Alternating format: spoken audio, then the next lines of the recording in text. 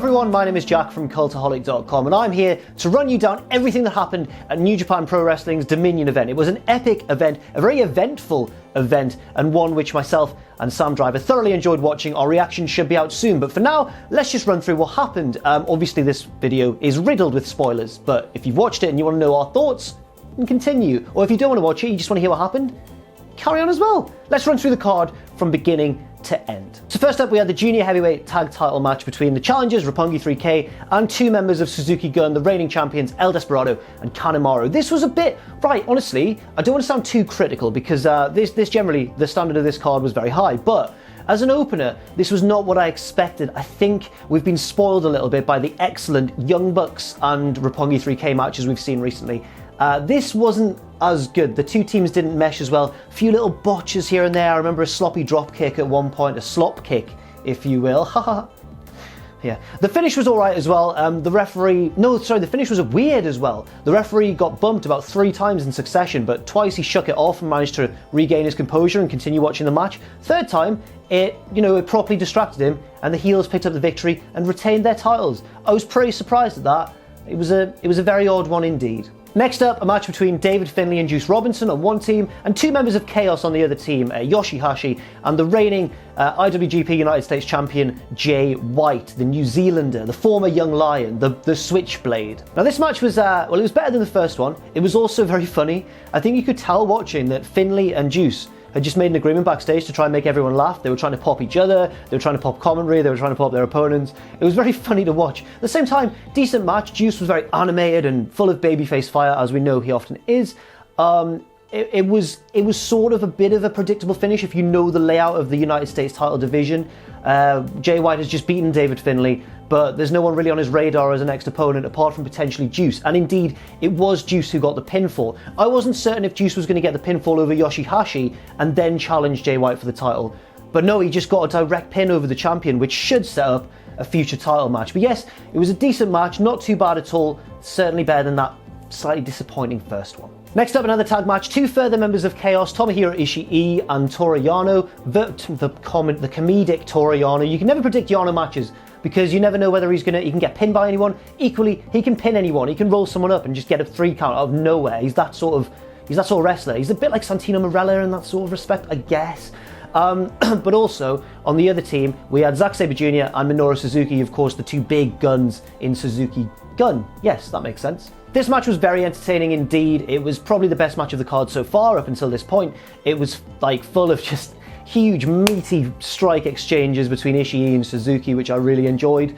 And then Yano got the hot tag, I guess, and tried to low blow Zack Sabre Jr. Zack cleverly caught his hand in between his own legs and then twisted it into a submission, like a very instinctive, typical Zack Sabre Jr. style submission. Really good stuff. At the same time, Suzuki clamped a submission on Ishii at the same time. Yano tapped out and Suzuki Gun picked up a big victory. Then, after the match, Suzuki jumped Ishii, or no, Ishii jumped Suzuki, and then they had a big old brawl all around ringside. They were throwing young lions out the way. They were hitting each other with water bottles. They were really going for it. And this is obviously going to set up some sort of feud between the two in the future, and that should be very hard-hitting indeed. Next up, the never open weight triple threat match. And triple threat matches are very rare in New Japan, and you could tell because this match was played out at a very slow pace in terms of making it obvious that the stipulation was important. It wasn't like a WWE triple threat match where it just progresses like a normal match and occasionally someone will take a breather outside of the ring. It wasn't as fluid as that, deliberately so. It was deliberately slower so that it really emphasized just how important it was that there was 3 men in the match, essentially. The 3 men were the champion Hirooki Goto, Michael Elgin, and Taichi as well, another member of Suzuki Gun, and maybe the most natural heel on the New Japan roster. People just absolutely hate him. Now, Taichi was a wild card going into this match. He was by far the kayfabe, weakest of the 3. And people thought he might steal a pinfall because of the triple threat nature of the match, but no, that's not what happened. It looked like it was going to at one point, because he used his manager, I don't know her name, apologies, to distract the referee. He brought his microphone stand, his signature weapon, into the ring, drilled his 2 opponents with it, looked like he was going to finish them off, and then Michael Elgin snapped and just went crazy with powerbombs. He was hitting powerbombs from one guy into another, powerbombs onto the canvas, powerbombs into the corner, all sorts of stuff, and picked up the pinfall, and he's now the new never openweight champion. This began a theme of the night. which is that a lot of the titles seem to now be held, as Sam pointed out to me, by non-Japanese wrestlers. Could this be a big transition into making New Japan a global brand? We shall see, I guess. Next up, one of my favourite matches on the entire card, and I didn't think I'd be saying that beforehand. I thought it would just be alright, but it was actually very, very good indeed. It was the Young Bucks versus LIJ, Evil and SANADA, for the Heavyweight Tag Team Championships. Now, the Young Bucks have made a big deal about bulking up and getting into the heavyweight division, and I honestly didn't think this match would be as good as it was. It was absolutely fantastic. A big story of the match was Nick Jackson's leg. At one point he went to, I think, hit some sort of kick or knee or super kick maybe on the apron. His opponent ducked out the way and he just kicked the ring post itself and injured his leg. And then for the rest of the match, whenever Matt Jackson was trying to set up a double team move like a double superplex or a Meltzer driver, Nick Jackson just couldn't complete the move because he couldn't get purchase on his leg. It was very clever. It would take him either too long and then the other opponent would run in and clock him, or he'd hop up on the ropes and his springboard would fail because his leg just gave out and he just flopped to the canvas. Really clever storytelling, really good stuff. And despite that, the Young Bucks still pulled out a very emotional victory. They weren't the smarmy heels that they normally are. They were playing this match like straight, pure baby faces. It was just brilliant. I really enjoyed this match. Yes, and they won with the more bang for your buck as well. Not the Melter driver, not one of their smarmy sort of heelish meta moves. They hit it with their old move, the move that made them famous, I think, as Don Carlos said on commentary. So this was fun. This was absolutely fantastic.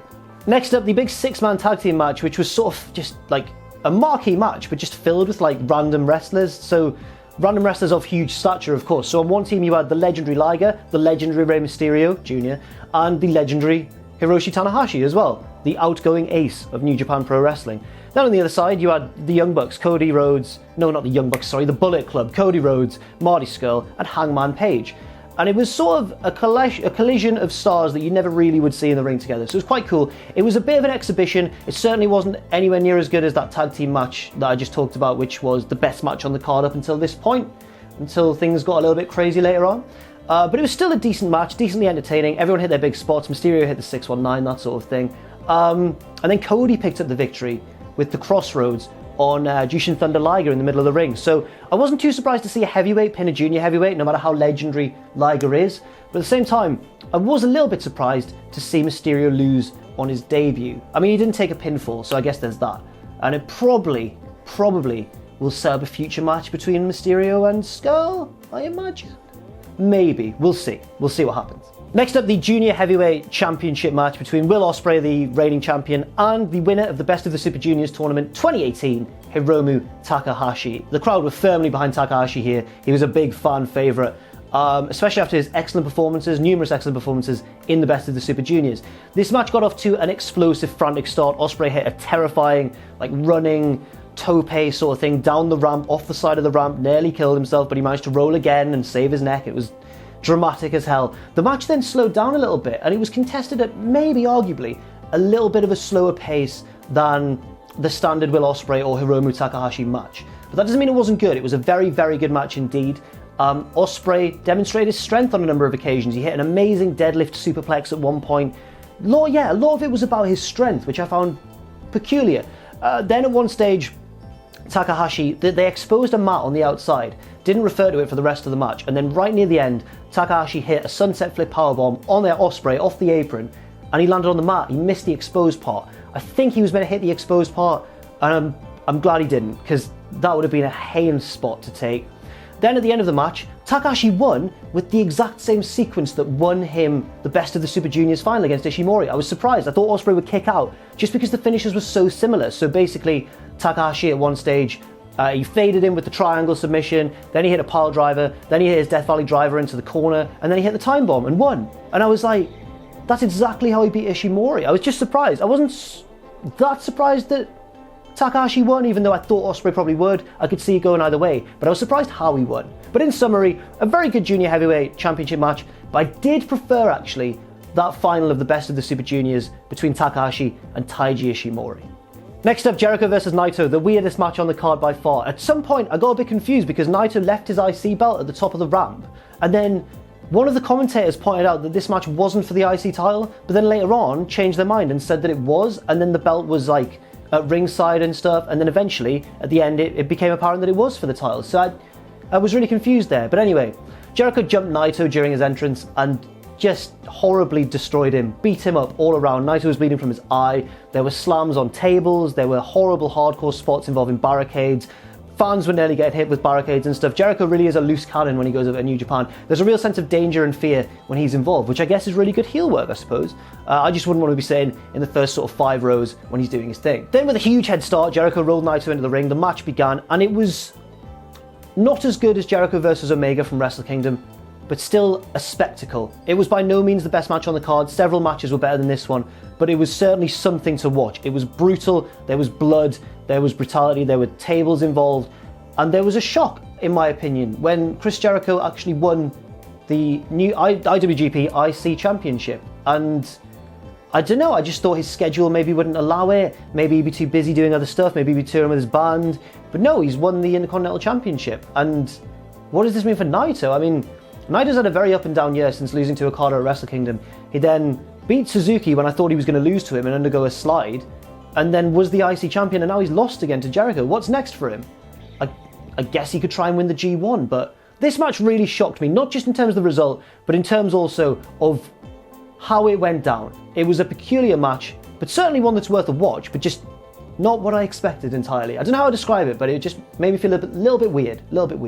And finally, we must talk about the main event. Oh my word, an hour-plus long match, 2 out of 3 falls, no time limits, between Kenny Omega and the champion, Kazuchika Okada.